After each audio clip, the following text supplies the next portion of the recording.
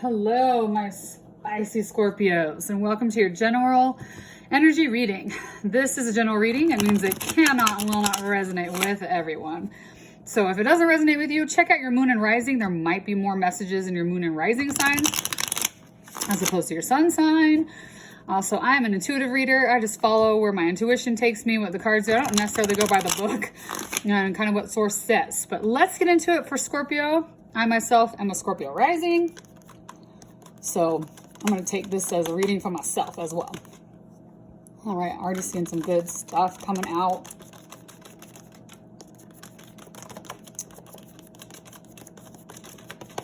Woo! Okay. This is the first one I noticed that popped out. Mr. King of Wands. And he is upright. I love the King of Wands upright. We've got Three of Cups, some celebration going on. The Moon. And the Two of Swords. Okay. We'll get a couple clarifiers, but let's just start with this. So far, this energy is amazing. King of Wands upright. You know, anytime you see the King of Wands, he goes into every situation. He knows exactly who he is. Like, he's very confident. Sometimes he's a little bit arrogant. For the most part, he's pretty confident. He goes to what he's passionate about. He's got a lot of charisma, a lot of magnetism. But that, to me, even though I know this is a fire sign, Scorpios are very magnetic. Scorpios have that magnetism when they walk into a space. They have that allure that makes kind of people stop and go, whoa, what just walked into this space?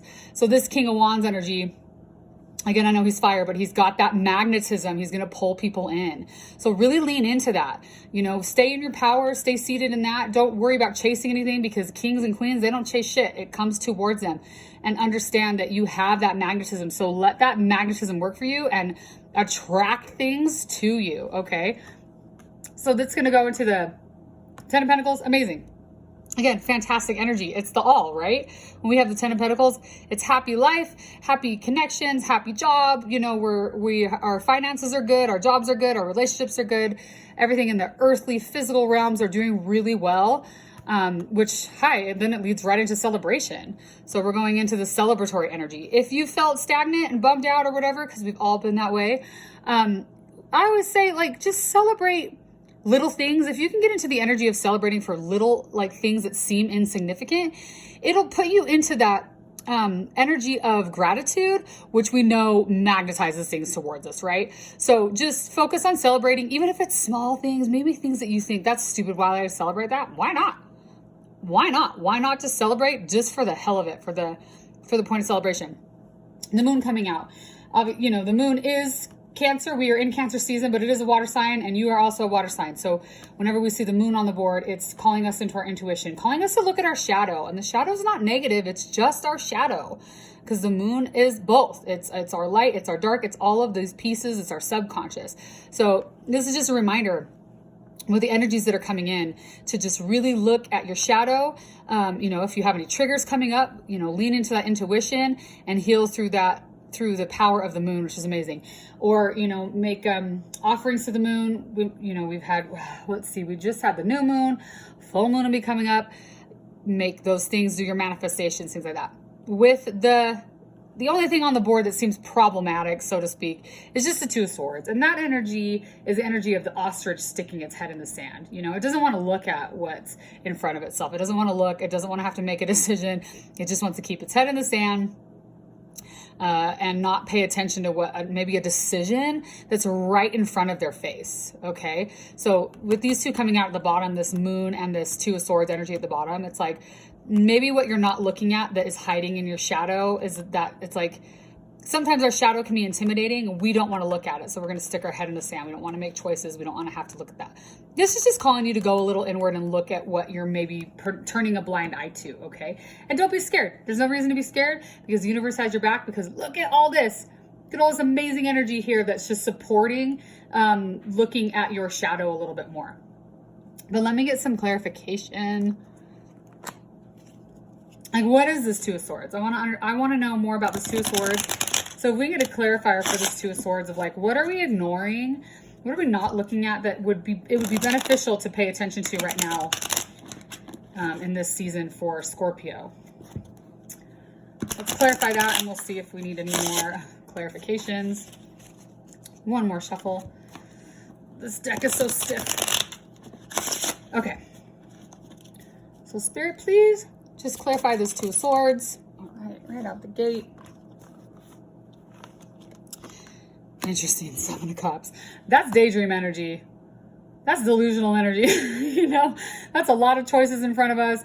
That is just paying it. There's like not being able to make a decision. It's like there's all these choices in front of us and we're in a daydreamy, very floaty, very emotional energy. I mean, the two, they go well together, right? You're sticking your head in the sand. You don't want to look at everything. So instead, you're just going to focus on the daydreams instead of reality. So this is just calling us to kind of really pay attention to what's in front of us. Make choices. Don't just sit there and daydream about different things. You know, get hung up on all these decisions when there's only one thing you really need to choose. Again, this energy on this whole bottom row is just learning to look at the reality of things. And that's usually hiding in your shadow, and that's okay. Why don't we get a little bit on the moon as well? Not that daydreaming is bad, but it can get to a point where you're daydreaming so much that you're not paying attention to your actual physical reality. So let's see what the moon has to say. Interesting. Okay. The moon was clarified by the King of Wands. I find that very fascinating. So we've got the King of Wands both on this board. So what's hiding in our shadow? Because here's the thing with shadow, which I always find interesting. Yes, it's the parts of ourselves that scare us, or quote unquote bad parts of ourselves, whatever. It's also our greatest light, our greatest strengths, our greatness is also in our shadow, because it's also parts of us that we have repressed, the most luminous, amazing pieces of ourselves that maybe we feel unworthy of. And that's why we don't recognize them, because we think we're not worthy of this greatness, okay? But the King of Wands is coming out twice. This is powerful energy. This is someone who knows exactly what they're doing, and he might be lurking in your shadow. So the more you dig into your subconscious, you can connect to the power that you have, because it takes courage to go into a subconscious.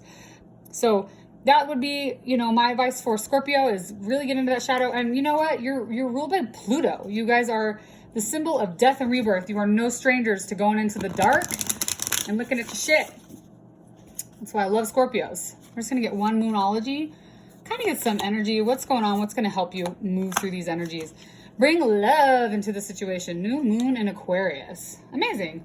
Amazing, because that's also always called for when we're looking at shadow and those types of things, is pouring love all over the pieces of us that maybe scare us, or the pieces of us that we feel are unworthy of love, because we all have that. Those are the parts that need the most love. The pieces that we have repressed and suppressed the most need the most love from us in order to heal and transform that energy. So hopefully this resonates with you, Scorpio. If it did, please hit the like and subscribe button. It's a pleasure to read for you. Have a beautiful day, Scorpio.